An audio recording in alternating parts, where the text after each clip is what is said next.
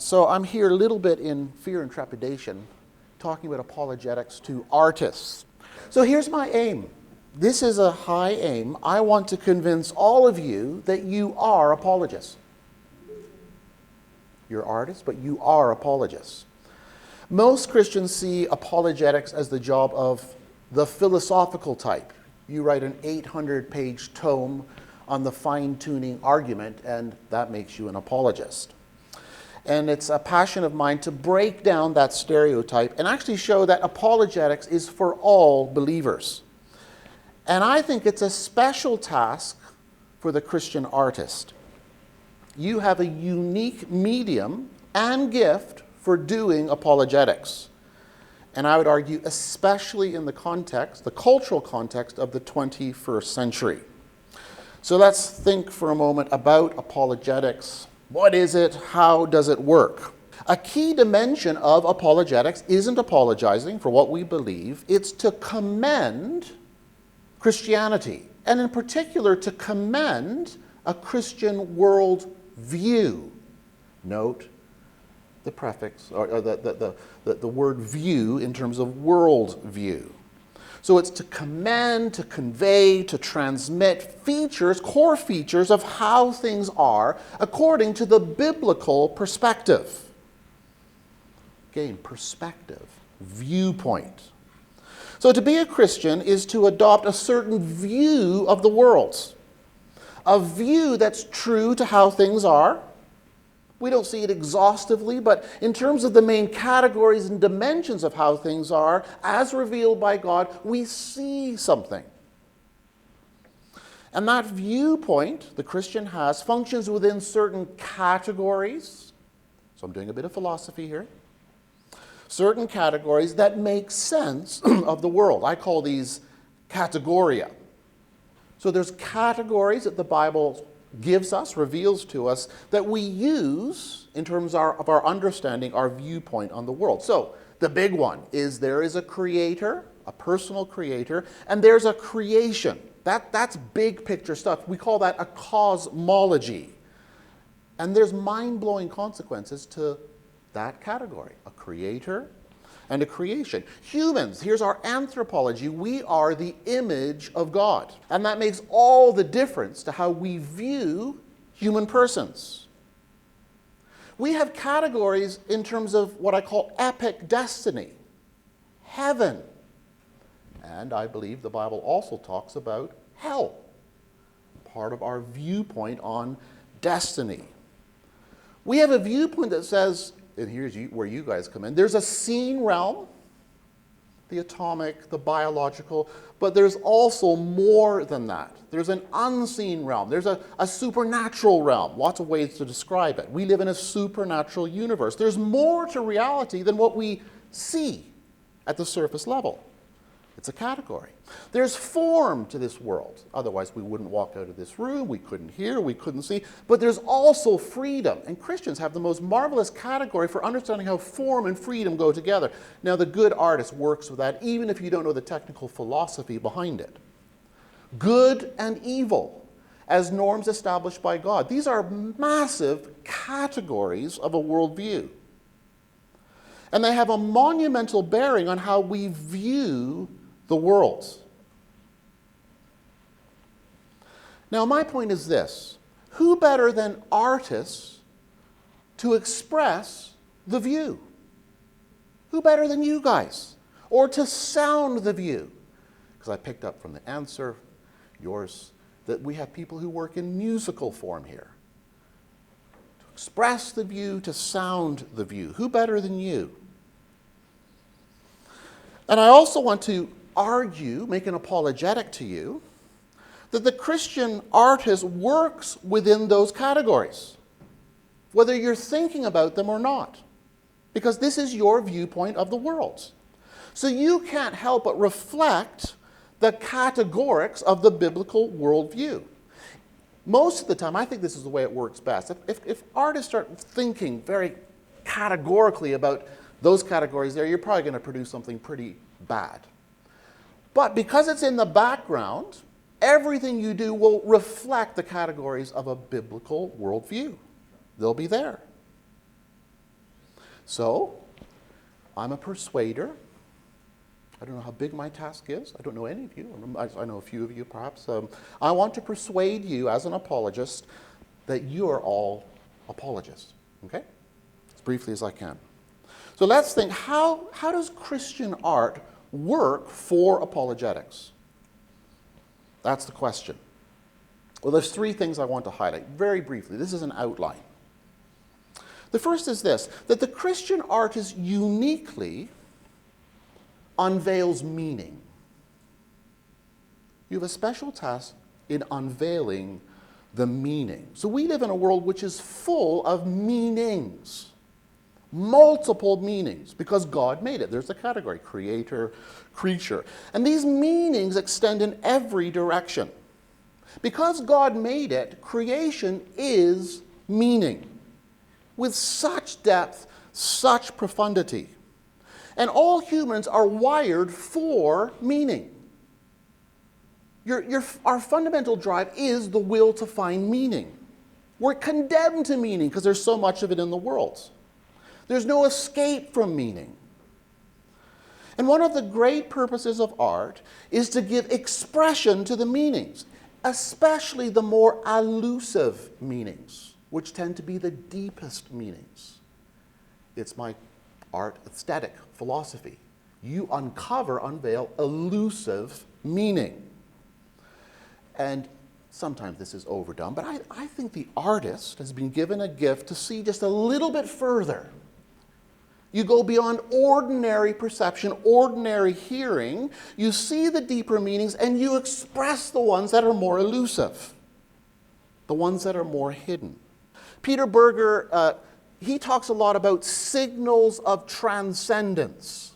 And I think this is a good category for you guys to think about. How do we reflect signals of transcendence to give coherence to them in our artwork? So, we know that all humans are creatures of story. We find coherence by living meaningfully in our stories. Now that living coherently in story is already a signal of transcendence, because animals don't live like that. So the Christian artist already knows the story. It's incredible. It's been revealed to us. There was a beginning, a creation. Something went terribly, terribly wrong, going into the depths of the fabric of existence. And then there's a redemption. And there's a final destiny. That is the story. The story we work in. And this idea of humans being the imago Dei, it's so powerful. I'm doing lots of work in what's called philosophical anthropology, because we have to grapple with modern anthropologies. Stephen Hawking, the late Stephen Hawking, I never got to meet him. He's in Cambridge. I did see him once. He said of humans, the human race is just chemical scum on a moderate-sized planet. That doesn't do much for my self-esteem. Chemical scum on a moderate-sized planet. We've got a better story to tell in terms of what it means to be human, the meaning of our humanness. So my point is, every piece of art created by the hands of a Christian artist unveils in some way the meaning of the story. So if the focus of your artwork is the sorrowful side, the broken side, you're going to do that within an understanding of the fall. And I would say you should, in some way, without being cheesy, reflect a hope. In the midst of the terrible brokenness, there's a way to reflect hope, which is also part of the story. So, the argument is that I'm giving you that art, appealing to the imagination, connects to meaning in a way that reason doesn't. I'm more philosophical. You guys can go way further than me. C.S. Lewis, in his selected literary essays. Reason is the natural organ of truth, but imagination is the organ of meaning. Now, one of the reasons we need artists desperately for the work of the kingdom today is our culture is in a massive meaning deficit. Now, I talk about this a lot, but you guys can show it. You can go much further. That's the point. So I think this crisis of meaning is a unique opportunity. Because every human is an insatiable meaning seeker. We're so hungry for it. So it's up to us to show the meaning, and you guys have to lead the charge. Because imagination, the organ of meaning, that's what art is about, unveiling it, especially the elusive ones. You guys can break naturalism down in terms of meanings better than the argument can. How you do that, that's your work, not mine. I'm just throwing the challenge out there. That's the first argument. The second is this. Artwork connects to the subject in such a profound way. And that's why it works well for apologetics. So art connects with persons, not just brains, persons in a unique way. And we live today in a world that's thoroughly depersonalized. So this is your moment to connect to persons. We've been well dragged into what Max Weber, the father of sociology, called the iron cage. We live in a world which is highly bureaucratic, where everything is categorized and systematized. That's crushing human persons. Art actually connects to the other part. We are persons made in the image of God. And I think a huge part of the meaning crisis today is Weber's iron cage. A depersonalized, dehumanized world. And if we only use arguments, what I traffic in, I don't think we go as far as you can in terms of connecting with persons who feel thoroughly dehumanized. And of course, a lot of modern art just perpetuate the message. They continue to dehumanize. But as Christians within our worldview, it would work very differently. So we can have the right arguments showing the coherence and meaning of Christianity at the level of propositions and statements, which I love. We still need them. But it's harder and harder to connect these to real persons who already feel eviscerated in terms of their humanity. They feel objectified. So that's why we're having to work very hard today to connect Christ and his gospel to the subject, to the person. And for that, we have to use the more indirect approach. Eugene Peterson called this indirect prophets. We need to be indirect prophets, not directly to the mind, but from the side to connect to persons. You come at them from another angle, not just through theory and proposition, which are abstractions, but through the imagination, the organ of meaning. So here's another reason why I believe apologetics, commending the faith, must be much more in your hands. Because you use the indirect approach that engages human subjects, including the affections, the imagination, the desires. That's where you're aiming. Now, very briefly, I find this quite interesting at the level of neurology. I love this guy, Ian McGilchrist. He writes thick books. I love thick books. 1,000-page books. The Master and His Mystery, how the divided brain works. You've got the right side and the left side. It's fairly simple. He could have written it in 30 pages. Basically, the hemispheres are divided and they do completely different things. The right hemisphere connects to the world and connects to other subjects. The left narrows in and abstracts the world. Art deals, he says, he's actually an art theorician too. He says art works on the right side, where the personal is, the world that's presenced to us. That's where it works. A little quote. Hang on. I don't have a quote. But I'll read it. He says, the right hemisphere's world is present, or more precisely, presence is to us. Where by contrast, the left hemisphere's world takes over what once was presence and it's now re-presenced, literally made abstract. So to make it familiar, to make it known, to reduce it to a concept. The right doesn't do that. It's where our subject engagement lies. And that's where you guys work as you create your art. Okay. You deal in meanings, elusive ones. You unveil them. That's good apologetic work within the categories of the Bible. And you connect to the subject like almost no one else can. You are apologists. You have huge, huge gifts and tools in order to do that. I want to get to the discussion. We're moving through this quickly. One more argument. I'm being an apologist. I'm trying to give an apologetic for why you're apologist, and you must take it seriously. I'm sure you do, but I'm just giving the argument. You guys can engage the world, culture, in a non-utilitarian manner. We live in a world where everyone's selling something. Everything's marketed. The great thing about great art is it doesn't do that. It transcends it.